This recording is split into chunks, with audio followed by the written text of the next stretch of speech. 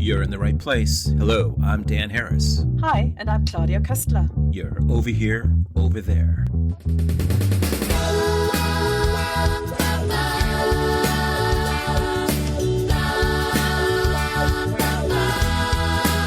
Welcome to Over Here, Over There, a global conversation about how we see others and others see us. I'm Dan Harris. I'm going to hand this over to my podcast colleague, Claudia Koestler, senior editor at the Süddeutsche Zeitung in Germany, who will tell us in a moment what's on her mind this week. But first, as a reminder, you can follow us on social media and contact us via our website at overhereoverthere.org. We'd love to hear from you. And please don't forget to subscribe and tell everyone about the podcast. And now, without further ado, over to Claudia. Hello, and welcome back to Over Here, Over There. I'm Claudia, journalist and editor by profession, and podcaster by passion. Today, I'm neither here nor there, but I definitely wish I'd be over there. If this doesn't make sense, bear with me. I'm not a native English speaker, as you know by now. But what I'm trying to say is that my longing for being somewhere else is in full bloom. We Germans even have specific words for that. There is Heimweh, which means the longing for being at home, and Fernweh, which is the longing for being somewhere else or abroad. I admit it, my Fernweh is getting chronic. Now, if you are anywhere in the world apart from Germany, you might not understand. As Germany, as tiny as it might be on a map, is of course an economic powerhouse in the world, and politically quite influential and a key player. Its landscape is extremely diverse, from rugged coastlines in the north to the lovely vineyards of the Rhine valleys to the spectacular alpine regions of southern Bavaria, towns and cities that couldn't be more different in its charm and architecture. And then there is the social and political system we have developed and nurtured over the last 60, 70 years, which is, arguably one of the best in the world in regards to social benefits and welfare and healthcare. But dark clouds are brewing over that, and this is definitely going to be a podcast on its own very soon.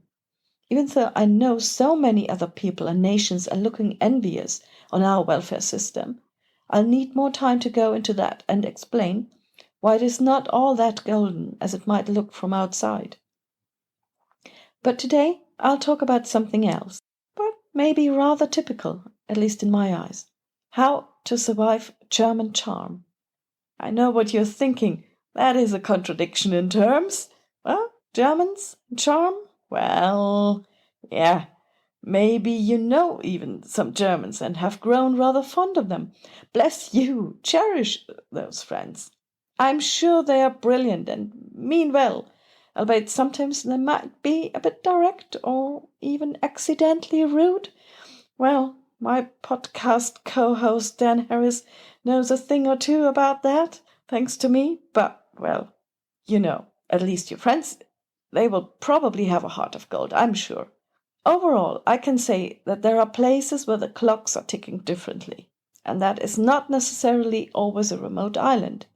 It can be right smack in the middle of the heart of Europe, let's say in a little beautiful village in the Bavarian Alps, where I am at home.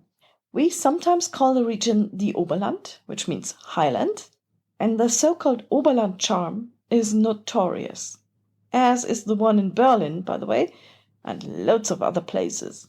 Even though the foothills of the Alps are a popular residential area with a constant influx of people from beyond the region, there seems to be a space-time continuum because the Oberland charm still exists. Let me tell you one little story. I had recently returned from the States. You can criticize the US with its politics, but it still is a country where the service industry is highly valued and small talk is an integral part of everyday life. Plus, I always find that English is spoken slightly higher. It sits differently in my throat, not as chestily deep, and it tends to end on a higher note, which makes it sound a bit more, jolly. Anyway, I had spent a longer time there. In a way, I was accustomed to some of its ways, but I had returned home and wanted to celebrate that with a gathering for friends. When I returned home, I had all necessary things to nibble and drink, but I lacked napkins. So I went out quickly to the nearest supermarket to get some. I found them in the last aisle, and I had the choice between Neo Yellow, Kermit Green, and some floral ones. As I picked them out, I noticed in the corner of my eye that the employee at the till had her eyes on me.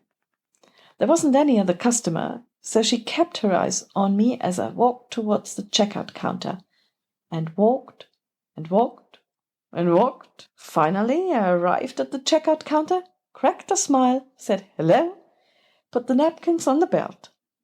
She looked at me, then at the napkins, then again at me, and finally said, well, no, not hello, not good evening. She said, congratulations, you managed to find the ugliest. Boom, back home there I was. Now I bet you think, you find those kind of people everywhere. Yeah, maybe you're right. But I could counter that with a comparison of being greeted with, hello, good morning, what could I get you, love? I have heard that so often in the UK and the US, in contrast to the unbeatable was woins, which is the dialect version of what you want, the most typical way of being greeted in a Bavarian shop. But I'll tell you another story. To cushion the blow of being back home, I went to a rather upmarket restaurant with other friends, let's call it that. The couple at the neighboring table had definitely dressed up for the special evening. The silverware was neatly draped on the tablecloth, the napkins were artfully folded, and a real candle was burning in a slim, small vase. The staff, no less dressed up, waiters in smart livery bustling around. The waiter turned on his heel and brought them their order, but he also delivered the bill. Time is money, he said to the couple as he cashed up before they had even swallowed their first bite. When he finally succeeded with his fast food method and left, the guests shrugged their shoulders and put the restaurant employees' strangely hectic behavior into perspective. Well, I guess the clocks work differently here. Yeah, might be that time is relative, as we all remember from Einstein's theories. But I guess that this way of interacting with others kind of result in a permanent spiral downwards. If you are not friendly, at some point the other one, the one addressed like that, will stop it too. I don't want to bore you, but one more episode. When I was a kid and about to be schooled, I was the first to be enrolled in a newly built school. I was proud as can be, and the ceremony had special guests, thereamong a high-ranking politician. We kids were individually called on stage to get some sort of commemorative plaque, and there I was, the happiest kid you can imagine, being proud, beaming, and skipping happily on stage to get mine. The politician looked at me, 5-year-old, saw me smile, and said in front of everyone in the auditorium, "Life will teach you not to smile." I sometimes wonder if he was right, if life has taught me that. But then I find myself working hard to prove him wrong, still. And luckily, I found a cure when things get tough. I detox abroad. So thank you, world, that the happy kid still survives. Thank you, and stay happy, healthy, and please, friendly. You never know if it's just a small talk for you or a vital cure for someone else. Bye. Thanks, Claudia. Thanks to you out there for listening.